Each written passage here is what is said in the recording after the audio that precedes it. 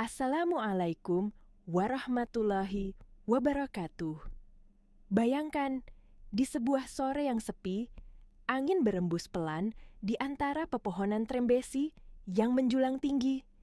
Di jalanan berdebu itu, seorang pemuda miskin bernama Jito berjalan sendirian dengan langkah lelah. Kaos lusuh menempel di tubuh kurusnya, celana penuh tambalan di lutut, dan sandal jepit yang nyaris putus. Di pundaknya tergantung karung goni yang hanya berisi beberapa botol plastik bekas. Hasil seharian bekerja tanpa henti. Hari itu, ia baru saja pulang dari kerja serabutan. Kadang jadi kuli di pasar, kadang jadi tukang sapu halaman orang. Hasilnya hanya cukup untuk membeli sebungkus nasi sederhana.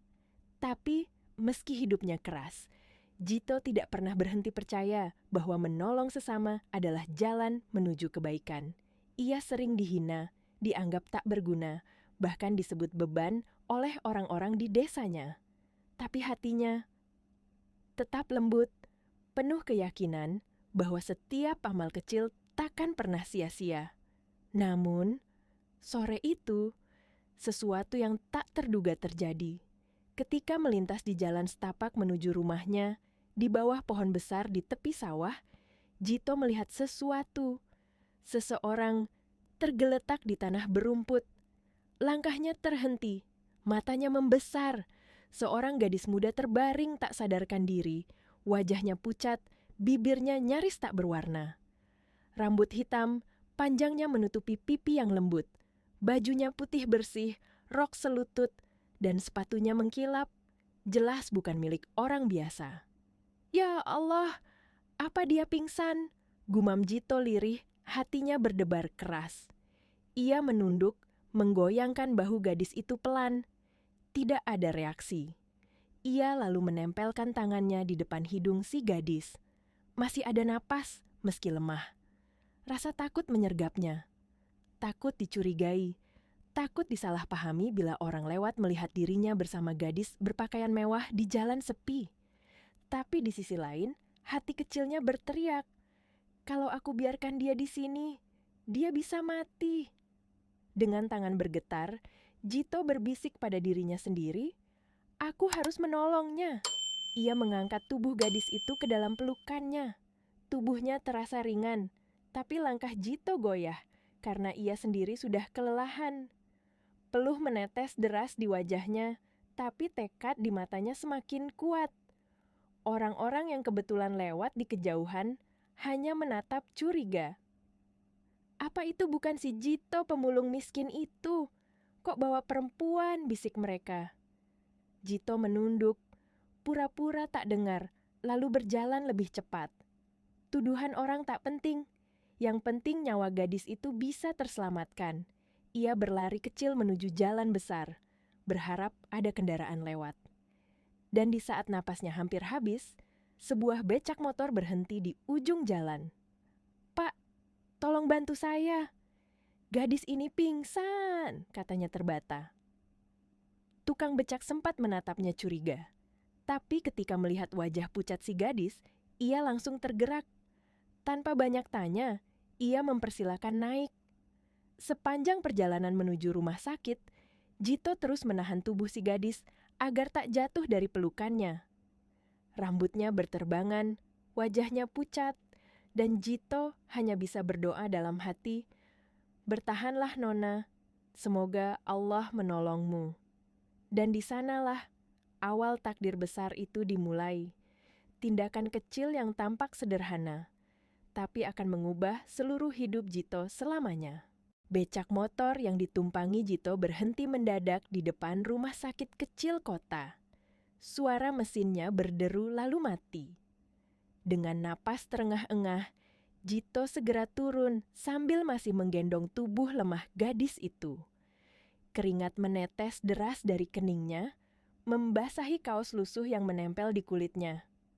"Pak, tolong panggilkan perawat. Dia pingsan," serunya putus asa kepada satpam rumah sakit. Satpam itu sempat memandang dengan tatapan curiga.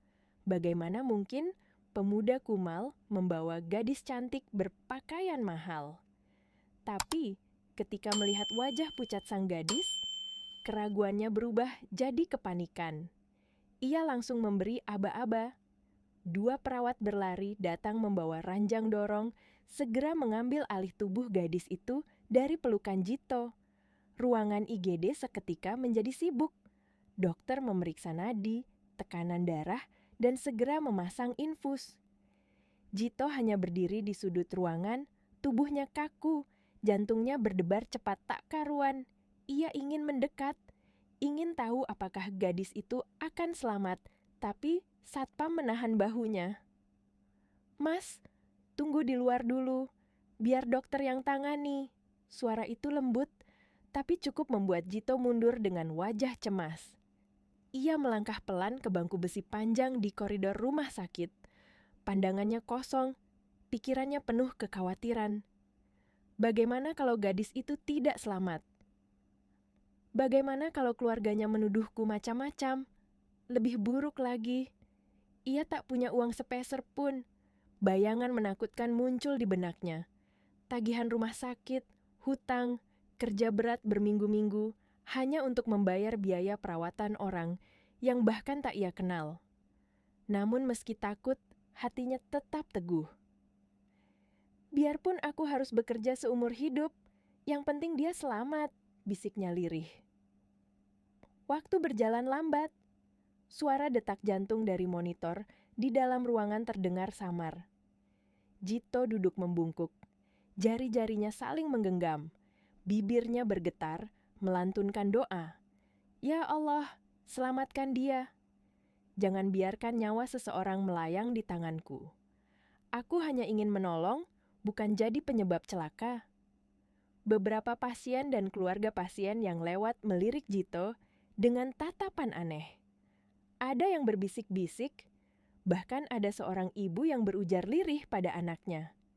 "Itu pemuda pemulung, kok bisa-bisanya bawa perempuan cantik ke sini?" Telinga Jito panas mendengarnya. Ia ingin menjelaskan, tapi tak ada gunanya. Ia memilih diam, menunduk, dan menahan rasa malu bercampur takut. Setengah jam kemudian, pintu ruang perawatan terbuka. Seorang dokter keluar dengan wajah tenang. Jito sontak berdiri, jantungnya seolah meloncat keluar. "Bagaimana, Dok? Dia selamat kan?" Tanyanya gugup. Dokter tersenyum kecil dan mengangguk. "Kondisinya stabil, hanya kelelahan. Mungkin karena stres berat dan kurang makan. Untung kamu segera membawanya ke sini. Kalau terlambat sedikit saja, bisa berbahaya." Jito menunduk, menutup wajah dengan kedua tangannya. Air matanya menetes, bukan karena sedih, tapi karena lega. "Terima kasih, Dok. Terima kasih," ucapnya pelan. Dokter menatapnya penuh rasa ingin tahu. "Kamu keluarganya?" Pertanyaan itu membuat Jito terdiam lama. Ia menggeleng pelan. "Bukan, Dok. Saya cuman orang yang menemukannya di jalan. Dia pingsan sendirian, jadi saya bawa ke sini." Dokter mengangguk, lalu menepuk bahu Jito dengan lembut. "Kamu sudah melakukan hal yang benar. Nanti kalau dia sadar, kami akan hubungi keluarganya. Sekarang, biarkan dia istirahat dulu." Malam mulai turun, lampu-lampu rumah sakit berkelip redup. Jito kembali duduk di bangku besi di koridor, menatap kosong ke lantai. Ia tahu, cepat atau lambat keluarga gadis itu akan datang. Dan ketika mereka tahu bahwa putrinya ditemukan oleh seorang pemuda miskin seperti dirinya, entah apa yang akan terjadi. Tapi malam itu, bagi Jito, yang terpenting hanya satu hal. Gadis itu masih hidup. Tanpa sadar, tindakan kecilnya hari itu telah menjadi awal dari balasan besar, yang sama sekali tak ia bayangkan. Ruangan itu sunyi. Hanya suara mesin infus yang menetes perlahan, dan dengungan lembut dari lampu neon di langit-langit. Wajah pucat sang gadis kini tampak lebih tenang, meski tubuhnya masih lemah. Di kursi plastik di samping ranjang, Jito duduk terbungkuk, kedua tangannya terlipat di pangkuan. Mata menatap lantai. Perawat yang keluar masuk sempat meliriknya dengan tatapan heran. Mungkin mereka bertanya-tanya, apa hubungan pemuda lusuh ini dengan gadis cantik yang jelas berasal dari keluarga kaya? Namun Jito tak peduli. Ia hanya menunduk dan berdoa lirih. Ya Allah, semoga dia baik-baik saja. Jangan biarkan perempuan ini terluka lebih jauh. Beberapa menit kemudian, sebuah suara lirih terdengar. Pelan, samar, seperti bisikan angin. Jito sontak menegakkan tubuhnya.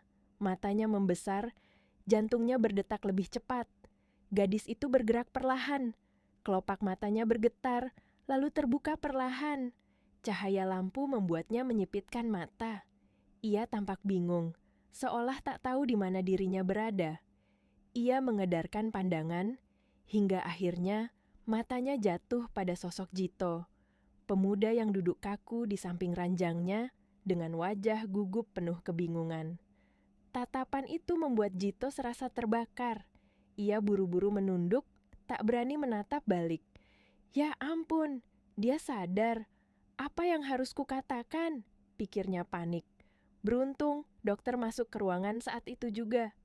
Syukurlah Nona, kamu sudah sadar, ucapnya lembut. Kamu pingsan karena kelelahan, tapi sekarang kondisimu stabil. Kamu hanya butuh istirahat. Gadis itu mengangguk pelan. Bibirnya masih pucat, tapi matanya mulai berair. Ia menoleh lagi, menatap ke arah Jito. Suaranya bergetar ketika berkata, "Kak, kamu yang bawa aku ke sini." Pertanyaan itu membuat Jito terpaku. Ia menunduk lebih dalam, suaranya serak, hampir tak terdengar. "Iya, saya cuma kebetulan lewat. Saya menemukanmu pingsan di jalan." Gadis itu memejamkan mata sejenak, lalu membuka perlahan. Air mata menetes di sudut matanya. "Terima kasih," katanya lirih. "Kalau bukan karena kamu, mungkin aku..." Suaranya terhenti. Jito buru-buru menggeleng. "Jangan bilang begitu. Saya cuma melakukan apa yang seharusnya. Siapapun pasti akan menolong kalau lihat ada orang pingsan di jalan. Namun di dalam hati, ia tahu tak banyak orang yang akan melakukannya. Kebanyakan memilih menutup mata, berpura-pura tak melihat. Tapi Jito tak ingin merasa mulia. Ia hanya manusia biasa yang tak tega melihat penderitaan orang lain. Mata gadis itu masih menatapnya. Tatapannya lembut, tapi tajam, seolah mencoba membaca isi hati Jito. Dan semakin lama ia menatap, semakin jelas bahwa ia melihat sesuatu yang berbeda di pemuda ini. Lusuh, sederhana, tapi ada ketulusan yang hangat terpancar dari dirinya. Suasana hening beberapa saat. Jito merasa kaku, seperti sedang diinterogasi oleh sepasang mata yang begitu jernih. Ia berusaha berdiri, bermaksud pergi agar situasi tak makin canggung. "Tunggu!" Suara gadis itu menahannya. Tangannya yang lemah terangkat sedikit, berusaha menggenggam udara. Jito berhenti, menoleh perlahan. "Ada apa?" "Aku ingin tahu namamu." Pertanyaan sederhana itu membuat Jito tercekat. Ia tak menyangka gadis yang baru sadar, tubuhnya masih lemah, justru menanyakan siapa dirinya. Dengan ragu, ia menjawab pelan, "Nama saya Jito." Gadis itu tersenyum tipis, matanya lembut menatap wajah Jito. "Jito," katanya perlahan, "aku tidak akan lupa nama itu." Dan di detik itu, takdir dua dunia yang berbeda pun mulai terjalin. Tanpa mereka sadari, sesuatu yang lebih besar sedang menunggu di depan. Keesokan harinya, udara di rumah sakit terasa berbeda. Langkah-langkah cepat terdengar di sepanjang koridor. Suara sepatu menggemakan ketegangan. Dari balik pintu ruangan tempat Yola dirawat, suara terburu-buru dan nada panik mulai terdengar. Pintu terbuka lebar. Seorang pria paruh baya berjas abu-abu mahal melangkah masuk, diikuti seorang wanita elegan bergaun hijau tua. Wajah mereka penuh kecemasan. "Yola, sayang ya Tuhan, bagaimana keadaanmu?" Sang ibu langsung memeluk putrinya yang masih terbaring lemah di ranjang. Air mata menetes di pipinya.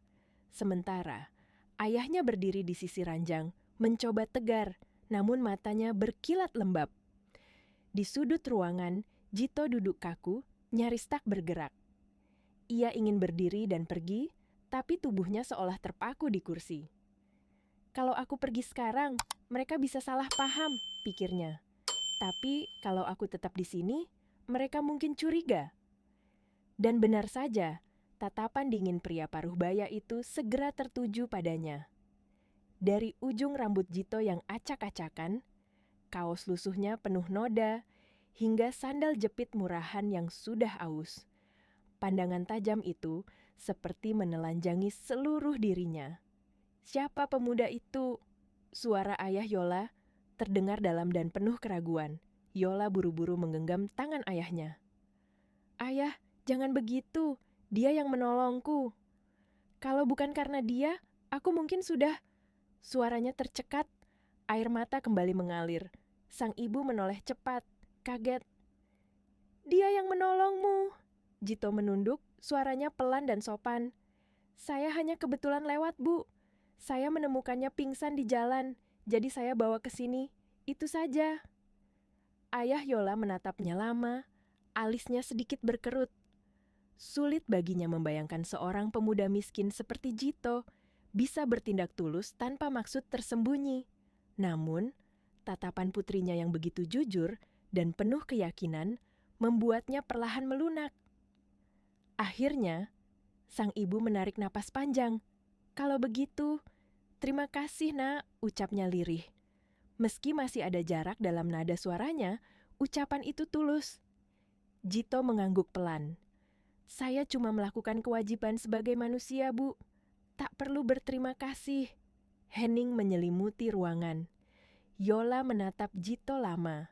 Matanya bergetar, lalu pelan-pelan ia mengulurkan tangannya. Jemarinya mencari tangan Jito yang ada di samping ranjang. Saat akhirnya berhasil menggenggamnya, semua orang di ruangan terdiam. Aku tidak tahu apa jadinya tanpa kamu, Jito, bisik Yola lirih. Genggaman itu erat, penuh kehangatan yang sederhana tapi dalam. Jito ingin melepaskan tangannya, takut dianggap lancang, tapi Yola tidak melepaskannya. Tangan lembut itu justru menggenggam lebih kuat. Semua orang menatap pemandangan itu dengan perasaan campur aduk, heran, bingung, bahkan tak percaya. Sang ayah menghela napas panjang. Ada sesuatu yang bergemuruh di dadanya. Namun, bagaimanapun juga, pemuda miskin ini telah menyelamatkan nyawa putrinya. Rasa hormat yang awalnya enggan ia berikan, kini mulai tumbuh meski masih dibalut gengsi. Tapi bagi Yola, semuanya sederhana. Ia tak melihat pakaian Jito yang lusuh atau wajahnya yang penuh peluh. Yang ia lihat hanyalah seorang manusia yang tulus, yang rela menantang tatapan curiga orang lain demi menyelamatkannya. Di dalam hati Yola, benih rasa percaya mulai tumbuh. Benih yang akan berkembang menjadi sesuatu yang lebih besar dari sekadar rasa terima kasih. Setelah suasana di ruangan sedikit tenang, ayah Yola akhirnya duduk di kursi dekat ranjang. Wajahnya masih tegas, tapi ada sesuatu yang berbeda di matanya. Bukan lagi hanya kecurigaan, melainkan rasa hormat yang tumbuh pelan-pelan. Ia menatap Jito yang masih berdiri kikuk di pojok ruangan, seolah tak tahu harus berbuat apa. Anak muda, ucapnya dengan suara dalam dan tenang. Kau sudah menolong putriku, katakan. Berapapun biaya yang kau keluarkan, akan aku ganti, bahkan 1000 kali lipat. Dan kalau kau butuh pekerjaan atau uang, cukup sebutkan. Anggap ini balas jasaku. Ruangan seketika hening. Bahkan para perawat yang berada di dekat pintu saling pandang dengan tatapan kagum. Seorang pria terpandang seperti ayah Yola, menawarkan imbalan besar kepada seorang pemulung miskin. Itu bukan hal biasa, namun Jito hanya menunduk. Tangannya menggenggam erat jemarinya sendiri. Di dadanya terasa berat, seolah ada sesuatu yang menekan. Ia mengingat kembali perjalanan semalam. Tubuh Yola yang lemah dipelukkannya. Tatapan curiga orang-orang. dan ketakutan menunggu di bangku rumah sakit. Semua itu ia lalui bukan untuk uang, tapi karena nurani. Pelan-pelan ia menggeleng. "Maaf, Pak, saya tidak bisa menerima." Sang ayah menatapnya, terkejut. "Kenapa? Bukankah kau butuh uang?" Jito mengangkat wajahnya perlahan, menatap lurus dengan sorot mata jujur dan berani. "Saya menolong bukan karena ingin imbalan. Saya hanya tidak tega melihat seorang gadis pingsan sendirian di jalan. Saya cuma ingin menolong." Ruangan itu kembali senyap. Hanya suara mesin infus yang menetes pelan menemani keheningan itu. Semua mata tertuju pada Jito, seolah mereka tak percaya ada seseorang di dunia ini yang menolak uang sebesar itu. Ayah Yola mengerutkan kening, matanya tajam namun penuh rasa ingin tahu. "Kau yakin banyak orang di luar sana bahkan rela berbohong untuk sedikit keuntungan dariku? Tapi kau menolak begitu saja?" Jito menarik napas dalam-dalam. "Saya memang miskin sejak lahir, Pak. Tapi saya tidak mau menukar hati nurani dengan uang. Kalau Bapak merasa berhutang budi, cukup doakan saya agar tetap sehat dan bisa bekerja untuk hidup." Kalimat itu menghentak semua orang di ruangan. Sang ibu menatap Jito dengan mata berkaca-kaca, menutup mulutnya agar isaknya tak terdengar. Sementara Yola, yang sejak tadi hanya diam, perlahan menggenggam tangan Jito kembali, lebih erat dari sebelumnya. "Ayah, Ibu, tolong jangan paksa dia," kata Yola dengan suara lemah tapi tegas. "Aku bisa merasakan ketulusan Jito. Aku ingin dia tetap di sisiku." Kata-kata itu membuat seisi ruangan terdiam. Satpam yang berdiri di pintu menahan napas. Perawat yang mencatat data berhenti menulis. Dan ayah Yola, pria yang biasanya keras dan penuh gengsi, kini hanya bisa menatap putrinya tanpa kata. "Yola, apa maksudmu?" tanya ibunya pelan, hampir berbisik. Dengan mata berair, Yola menjawab, "Aku ingin dia jadi temanku. Bukan sekadar penyelamat sementara, tapi seseorang yang bisa menemaniku karena aku merasa aman di dekatnya." Kata-kata itu seperti pisau lembut yang menembus hati Jito. Ia terpaku, matanya bergetar. Bagaimana mungkin gadis secantik dan kaya seperti Yola bisa mengatakan hal itu padanya? Seorang pemuda miskin tanpa masa depan? Ayah Yola akhirnya berdiri. Ia melangkah perlahan ke arah Jito, menatap pemuda itu dari dekat. Beberapa detik hening, lalu ia mengulurkan tangan, menepuk bahu Jito dengan lembut. "Anak muda, aku tidak tahu siapa kau sebenarnya. Tapi satu hal jelas, kau punya sesuatu yang tidak dimiliki banyak orang, hati yang tulus." Yola tersenyum, air matanya mengalir pelan. "Terima kasih, Ayah." Dan di saat itulah Jito menyadari bahwa balasan terbesar dari perbuatannya bukanlah uang, bukan pekerjaan, bukan juga kemewahan. Balasan itu adalah kepercayaan dan tempat di hati seseorang yang sama sekali tak pernah ia duga sebelumnya. Hari itu, di ruangan rumah sakit sederhana itu, takdir mempertemukan dua dunia yang berbeda. Dunia seorang pemuda miskin yang hanya punya ketulusan, dan dunia seorang gadis kaya yang selama ini dikelilingi kemewahan, tapi kesepian. Dari genggaman tangan mereka berdua, sebuah cerita baru pun mulai ditulis oleh kehidupan. Cerita yang akan mengubah hidup Jito selamanya. Malam kembali turun di atas kota kecil itu. Cahaya lampu rumah sakit memantul lembut di jendela kaca, sementara suara jangkrik dari luar menyusup pelan di sela-sela keheningan. Jito duduk di kursi tua di samping ranjang Yola. Gadis itu tertidur tenang, napasnya teratur, wajahnya tampak damai. Ia menatapnya lama, lalu menunduk. Dalam hati, Jito berbisik pelan. "Mungkin inilah takdir yang Allah pilihkan. Aku tak tahu apa arti semua ini, tapi untuk pertama kalinya dalam hidupku, aku merasa berarti." Tetesan air mata jatuh di punggung tangannya sendiri, bukan karena sedih, melainkan karena rasa syukur atas kesempatan sederhana yang membuatnya belajar bahwa kebaikan tulus tak perlu imbalan apapun. Dari tempatnya berbaring, Yola bergerak sedikit. Tangannya mencari sesuatu di samping, lalu menggenggam jari Jito tanpa membuka mata. Sentuhan lembut itu membuat Jito terdiam. Ia menatap jemari mereka yang saling bertaut, lalu tersenyum kecil.